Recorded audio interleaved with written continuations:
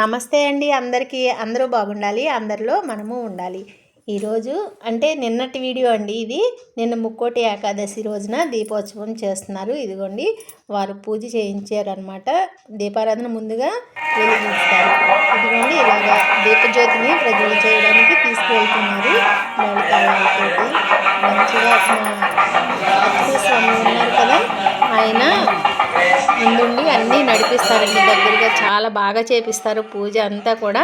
ఇదిగోండి ఇలాగా దీపారాధన ముందల వీరు పూజ చేయించుకున్నారు కాబట్టి వీరు వెలిగించిన తర్వాత మిగతా వాళ్ళందరము కూడా వెలిగిస్తాము. ముక్కోటి ఏకాదశి రోజున తెల్లవారుజామున 4 గంటలకండి ఈ దీపారాధన అయిన తర్వాత ఉత్తర ద్వార దర్శనము 5 గంటలకు చేయించారు. ఇదిగోండి మా పూజారి గారు ఇలాగ పూజ చేపిస్తున్నారు. అక్కడ వచ్చిన భక్తులందరము కూడా తెల్లవారుజామున మేమైతే 3 గంటలకే వెళ్ళామండి. పుష్ప గారు నేను 3 గంటలకు ముందుగా వెళ్ళి ప్రమిదలు అవి పెట్టేసి ఉన్నాయి. ఇంకా మా రేవతి గారు అన్నారు, కొంచెం సేవ చేసుకోండి, త్వరగా వచ్చారు కదా అని అంటే, అది ఎందుకు చేయమండి, అందుకే కదా వచ్చింది అని ఇంకా నూనె వడ్డించి ఒత్తులు వేసామండి. మాతో పాటు కూడా ఇంకా మేము వేసిన తర్వాత ఇంకొక ఇద్దరు వచ్చి పూజ చేయించుకునే వాళ్ళు కూడా వచ్చి వేశారు. నూనె ఒత్తులు ముందుగా వేసేసి ఉంచితే భక్తులందరం వచ్చేసరికి ఇలాగ వెలిగించడానికి సులభంగా ఉంటుంది కదా. అందుకని చెప్పి అందరం కూడా ఒక్కళ్ళమే చేయలేం కదా, అందరం తల ఒక పని చేస్తే దేవుడి కార్యక్రమం ఏదైనా సామూహికంగా చేసుకున్నాం కదా. ఇదిగోండి మన పూజ చేయించిన వారితోటి అక్కడ ముందుగా అఖండ దీపం వెలిగించిన తర్వాత ఇక్కడ దీపారాధన చేపిస్తున్నారు. నామాలు వేశారు. ఇటు శంకు చక్ర నామాలు వేశారండి. శంఖం చక్రం మధ్యలో నామాలు చాలా బాగా చేశారండి. ఇక్కడ ఈ గ్రౌండ్లో అంతకు ముందర గుళ్ళో చేయించేవాళ్ళు కొంచెం ఇరుకిరుగ్గా ఉంటుందని చెప్పి ఇక్కడ విశాలంగా ఉంటుందని చెప్పి ఇక్కడ చేయించారండి. అసలు భక్తులందరూ కూడా చాలా బాగా వచ్చారండి. ఇంకా చాలామంది భక్తులు వస్తారండి. చలికి లేవలేక కొంతమంది తెల్లవారిన తర్వాత అయితే వచ్చి దర్శనం చేసుకుని వెళ్ళారు. ఇదిగోండి ఒకసారి చూపిస్తున్నాను చూడండి. ఇదేమో శంఖం అండి. గొంతు కొంచెం గరగరమని ఇబ్బంది పెడుతుందండి, ఏమీ అనుకోకండి. ఇదిగోండి ఇంకా దీపారాధన అయిపోయిన తర్వాత ఇక్కడికి వచ్చేసామండి.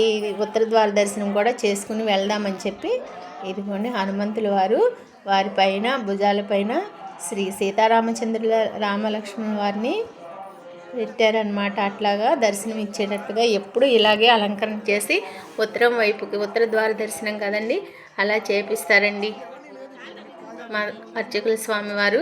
ఇక వచ్చిన భక్తులు అందరము కూడా ఎంతో భక్తి శ్రద్ధలతోటి నిష్టలతోటి ఎంతో పవిత్రంగా వచ్చి ఈ దర్శనం చేసుకుంటే చాలా అంటే చాలా మేలు జరుగుతుంది, మనకి మంచిగా ఉంటుంది, మన పిల్లలు మన కుటుంబం అందరం సంతోషంగా వర్ధిల్లుతామని నమ్మకంతో అందరం ఉత్తర ద్వార దర్శనం చేసుకుంటాం కదా గుడికొచ్చి. అలాగే ఇదిగోండి అసలు నాకు వీడియో తీయడానికి అస్సలు అవ్వట్లేదండి. నేను అంతకు ముందర ఏదో చెప్దాం అనుకుంటాను, అసలు వీడియోలోకి వచ్చేసరికి చెప్పాల్సింది మర్చిపోయి ఇంక వేరేది మాట్లాడేస్తున్నాను అనమాట.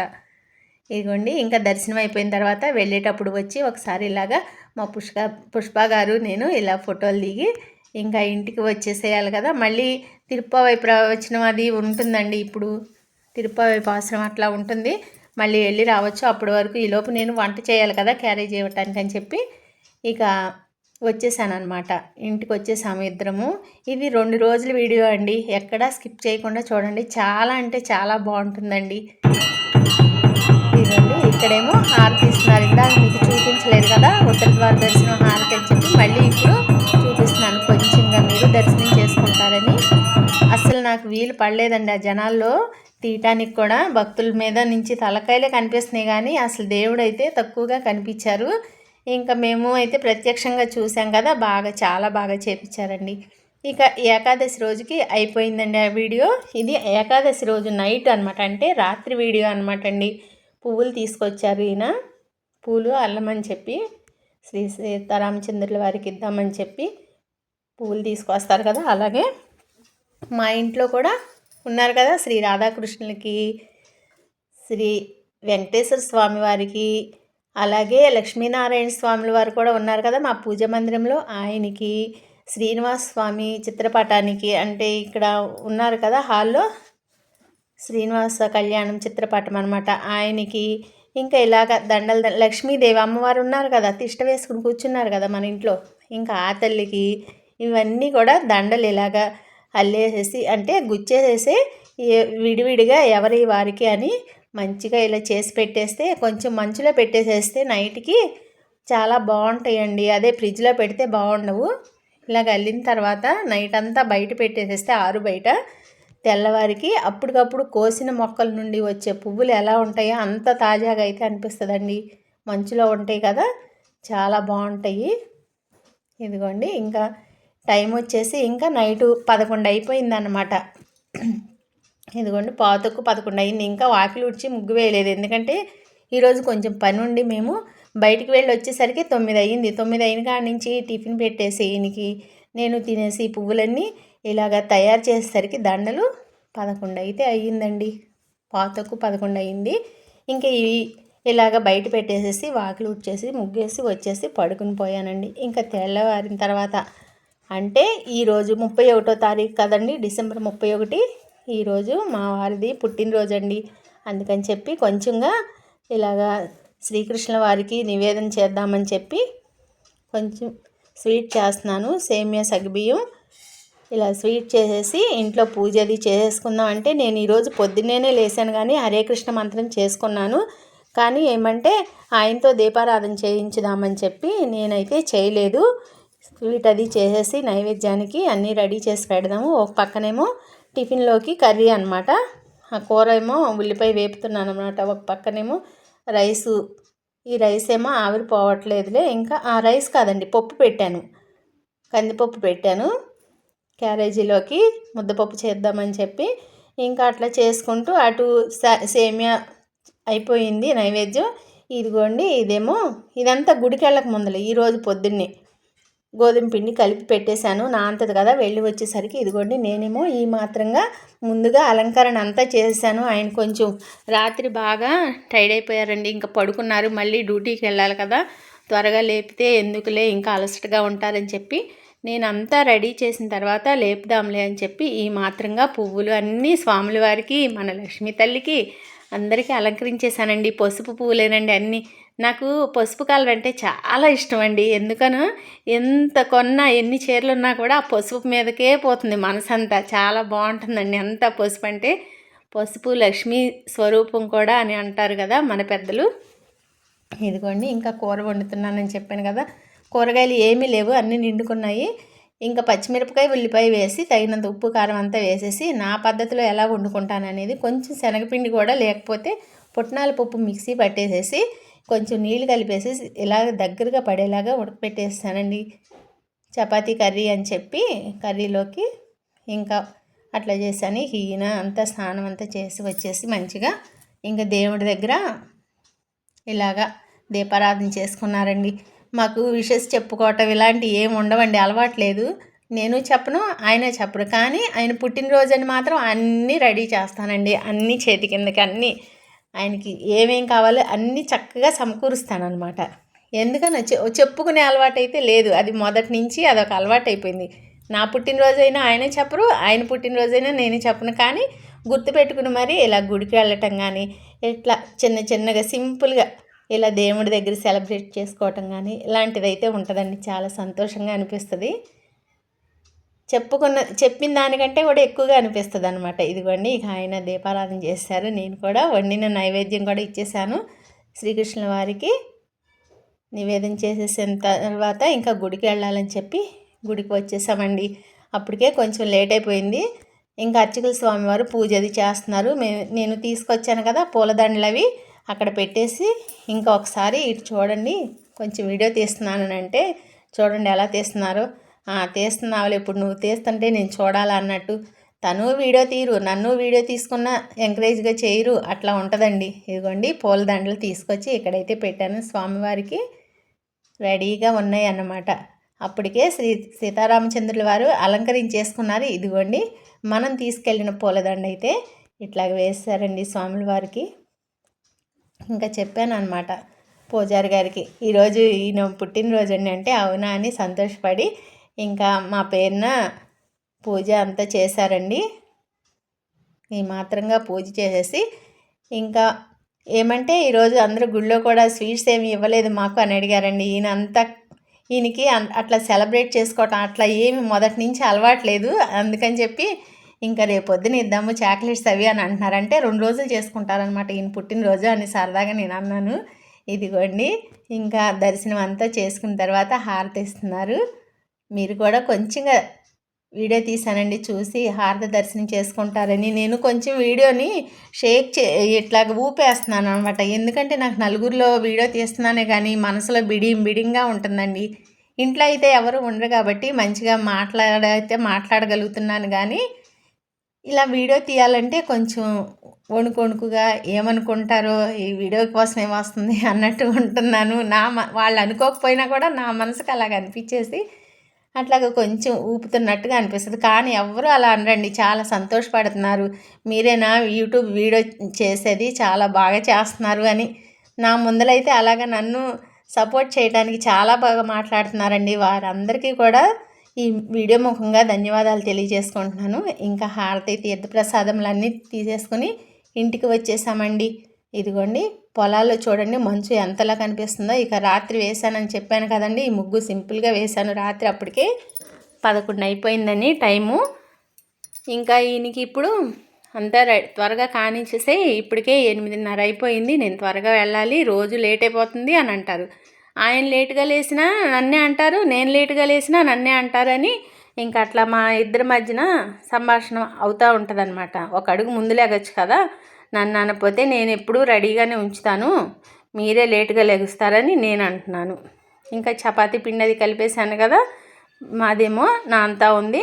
ముద్దపప్పు అది పెట్టేసి వెళ్ళాను కదా, మంచిగా ఉడికిపోయింది. కట్టేసాను. వచ్చేసరికి ఆవిరంతా పోయింది. ఇంకా ఉప్పు కొంచెంగా నెయ్యి వేసి ముందుగానే నేను కుక్ చేసేస్తాను కాబట్టి ఇక ఆయనకి క్యారేజీలోకి సర్ది పెట్టేస్తాను. ఇంకా బియ్యం కూడా కడిగి నానబెట్టేశానండి.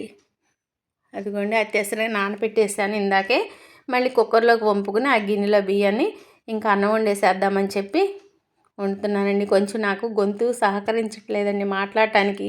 ఇప్పుడు కూడా నోట్లో కరక్కాయ పెట్టుకుని మాట్లాడుతున్నాను అనమాట. అందుకని కొంచెం అటు ఇటుగా వస్తుంది. కానీ ఏమంటే ఆ కరక్కాయ పెట్టుకున్నంతసేపు దగ్గు రావట్లే. తర్వాత ఏమో మాటకు ముందలే దగ్గు వస్తుంది అనమాట. నాకంటే ముందు దగ్గే మాట్లాడుతుంది.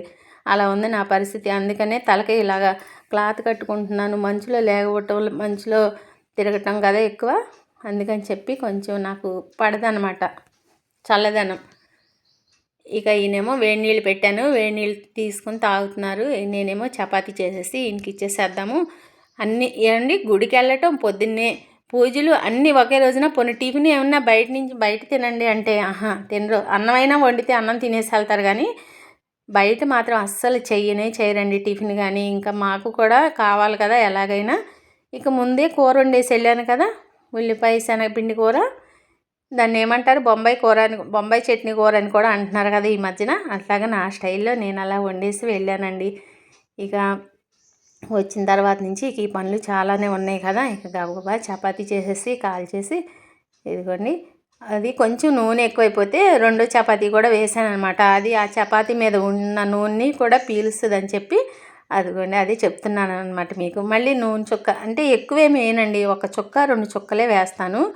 అసలు నూనె లేకుండా కాల్చమంటారు, ఏం బాగుంటాయిలే అని చెప్పి నేనే కొంచెం అదిగోండి అట్లాగా వేసినట్టుగా తడి పొడిగా వేస్తానండి. ఆయిల్ అయితే చాలా తక్కువగానే వాడతాను. ఉప్పు ఆయిల్ బాగా తక్కువ అండి నేను. ఇంకా ఏదన్నా కొంచెం చుట్టాలు వచ్చి ఎవరన్నా ఉంటేనే కమ్మగా బాగుండాలి అంటే, తినేవి బాగానే ఉంటాయి కానీ ఇంక చుట్టాలకి ఇంకొంచెం బాగుండాలి కదా అని చెప్పి అట్లా వేస్తాను. ఇదిగోండి సేమియా మా వారికి పుట్టినరోజు శుభాకాంక్షలు తెలుపుతూ ఇలాగా చపాతీ కర్రీ వేసేసి ఇక టిఫిన్ తినేసేసి మీరు బయలుదేరండి అని చెప్పి ఇచ్చానమాట.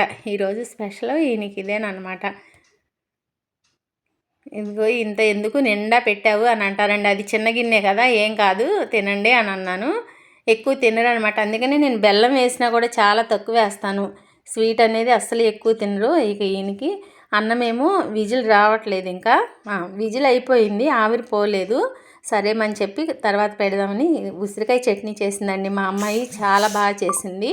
అదిగోండి విజిలు ఇంకా ఆవిరిపోలేదని చెప్పి చూపిస్తున్నాను అనమాట. ఉసిరికాయ చట్నీ కొంచెం వేసి పెడుతున్నాను. ఈ చీరండి పట్టు చీరండి, చేనేత పట్టు చీర సొంత మగ్గాలపైన నేయిస్తారు. మా అన్నయ్య వదిన వాళ్ళేనండి, చిలకలూరుపేటలో ఉంటారు. ఆమె పేరు మల్లూరి విజయలక్ష్మి అండి. యూట్యూబ్ ఛానల్ కూడా ఉంది ఆవిడ పేరున. ఆమె దగ్గర తీసుకున్నానండి నేను. ఎందుకంటే రేపు గోదాదేవి తల్లికి సారీ తీసుకెళ్తున్నాం కదా, సారీ సమర్పణ చేస్తున్నాం కదా, అందుకని చెప్పి ఇదిగోండి పట్టు చీర, అమ్మవారికి పట్టు పంచి కూడా తీసుకున్నాము. ఈ కలర్ వచ్చేసి నెమలి పింఛము, నెమలి కంఠము, ఆ కలర్ అండి. 2 కలర్స్ ఉంటాయి కదా, అలాగా. చూడండి ఎంత బాగుందంటే, పట్టు చీర అంటే ఇలా ఉండాలనిపించిందండి. చాలా అంటే చాలా బాగుందండి. ఇంకా సొంత మగ్గాలపై నేయించటం కదండి, వేరేగా మోసం కానీ అట్లా ఏమీ ఉండదండి. ఛార్జీ ఎక్కువని అనుకుంటామని అంటే డబ్బులు కొంచెం ఎక్కువ రేటే ఉంటుంది, కానీ క్లాత్ కూడా అంతే మన్నికగా కూడా ఉంటుందండి. చాలా బాగుందండి. అసలు ఎలా ఉందంటే పట్టు ఏమంటారు, పాము కోసం పట్టుకుంటే జారిపోతుంది అని అంటారు చూడండి, అలా ఉంది. పట్టుకుని చూపించే కొద్దీ నాకైతే ఎట్లాగా చూపించాలనే ఉంది. అది కొంచెం నేతలో వస్తుందిలేండి, అక్కడక్కడ కొంచెంగా ఆ పోగ అనేది వస్తే అదేమి ఉండదు. మాకు తెలుసు కదా, నేత నేసేటప్పుడు కొంచెం పోగులు చిక్కుకుంటూ ఉంటే అవి కొంచెం తొలగించేస్తారనమాట. అలాంటప్పుడు ఒక్కొక్క పోగు అట్లా ఉంటుంది అంతే. ఎంత బాగుందో చూడండి అసలు, చాలా బాగుందండి. ఇంక ఇట్లాగా సారీ పెట్టడానికి కావాలి వదిన అని అంటే, సరే అమ్మా నేను పంపిస్తాను అని చెప్పి ఇదిగోండి పట్టు పంచండి. అయ్యవారికి శ్రీకృష్ణుల వారికి కూడా పంచి తీసుకున్నాము. అమ్మవారికి సారీ రూపేణ సమర్పించుదామని చెప్పి ఇలా తీసుకున్నామన్నమాట. మనం ఎక్కడున్నా కూడా ఖచ్చితంగా కరెక్ట్గా అడ్రస్ చెప్తే మన ఇంటికే కొరియర్ చేస్తారండి. అలాగే నాకు కూడా కొరియర్ చేశారు. ఇక ఎప్పుడెప్పుడు అమ్మవారికి అలంకరణ చేస్తారు, ఎప్పుడెప్పుడు చూసి ఆనందం పడదామా అని చెప్పి ఎంతో సంతోషంగా అనిపిస్తుందండి. రేపు గోదాదేవి తల్లికి సారీ సమర్పిస్తున్నాము. మా రేపేనండి సారీ తీసుకువెళ్ళి అమ్మవారికి సమర్పిస్తున్నాము. ఇంకా ఊరు తరపున అందరము కూడా భక్తులందరము కలిసి ఆ తల్లికి సారీ సమర్పణ చేస్తున్నాము. ఎలా సమర్పిస్తాము మేము సారీ అనేది, ఎలా తీసుకువెళ్తాము అందరము కలిసి అనేది రాబోయే వీడియోలో నేను పెడుతూ ఉంటాను. ఫాలో అవుతూ ఉండండి. మనకి పట్టు చీర నకిలీదా అసలు నిజమైన పట్టు చీర అని తెలియాలంటే మనకి చీర పట్టుకోగానే చాలా తేలికగా ఉంటుంది. అదే పట్టు కాకపోతే మాత్రం కొంచెం బరువుగా ఉంటుంది. అదొకటే గుర్తు అని చెప్పారండి. ఎందుకంటే మేము మొగ్గాల మీద నేపిస్తాం కాబట్టి తెలుస్తుంది అని చెప్పి అడిగాను అనమాట. ఇక ఇదిగోండి, ఇక ఈయన్ని డ్యూటీకి వెళ్తున్నారు, ఒకసారి మీరు కూడా చూడండి అని చెప్పి చెప్తున్నాను అనమాట. ఇంకా చూస్తున్నారు, చాలా బాగుంది చీర. పట్టు పంచి కూడా చాలా బాగుంది. నేను కూడా ఒకటి తీసుకుంటాను. నోములు వ్రతాలప్పుడు కూర్చుని పూజలు చేసుకోవటానికి బాగుంటుంది కదా, అంతే కదండి. మనకేమో ఆడవాళ్ళకి చీరల మీద, వాళ్ళకేమో పంచులు ప్యాంటు షర్ట్ల మీద అన్నట్టు పంచి కూడా ఒకటి తీసుకుంటాను అని అంటున్నారు. అలాగే తీసుకుందాము, చీర పంచి తీసుకుందాము అని అంటున్నాను అనమాట. ఇక ఈయనకి టైం అయిపోయింది, ఇక రా కానీ అని అంటారనమాట. ఇంక సర్లేమని చెప్పి ఆయన్ని పంపించేసిన తర్వాత సర్దుకుందాంలే అని. అలాగే భగవద్గీత క్లాసులు కూడా ఉన్నాయండి. నేను ఎలా పారాయణ చేసి శ్లోకాలు అవి ఎలా చదివాను అనేది రేపు వీడియోలో అప్లోడ్ చేస్తాను. వచ్చే వీడియోలో చూస్తూ ఉండండి. ఇక ఈయన్ని పంపిద్దామని చెప్పి బయటికి వెళ్ళి కొంచెంగా వీడియో తీస్తున్నాను. ఇంతవరకు మీరు వీడియో చూసి నన్ను సపోర్ట్ చేస్తున్న మీ అందరికీ ధన్యవాదాలు తెలియజేసుకుంటున్నానండి. మన ఫ్యామిలీ పెద్ద ఫ్యామిలీ అవ్వాలని చెప్పి మనస్ఫూర్తిగా కోరుకుంటున్నాను. అలాగే శ్రీ రాధాకృష్ణుల వారి కృపా దీవెనలు, శ్రీ సీతారామచంద్రుల వారి అనుగ్రహం మనందరిపైన ఎల్లవేళలా ఉండాలని చెప్పి మనస్ఫూర్తిగా కోరుకుంటున్నాను. ఇంకా ఈయన వెళ్ళొస్తానని చెప్పి వెళ్తున్నారండి. మరో మంచి వీడియోతో మీ ముందుకు వస్తానండి. ఇలాగే వీడియోస్ని ఫాలో అవుతూ ఉండండి. మంచి వీడియోస్ చేస్తాను. ఈ రోజుకి ఇదేనండి వీడియో. 10:30 కల్లా వీడియో అప్లోడ్ చేసేద్దాం అనుకున్నానండి. టైం అడ్జస్ట్ అవ్వలేదండి. 12 గంటలకు అలా వస్తుంది. చూడండి, చూసి లైక్ చేసి సబ్స్క్రైబ్ చేయండి. ఉంటానండి.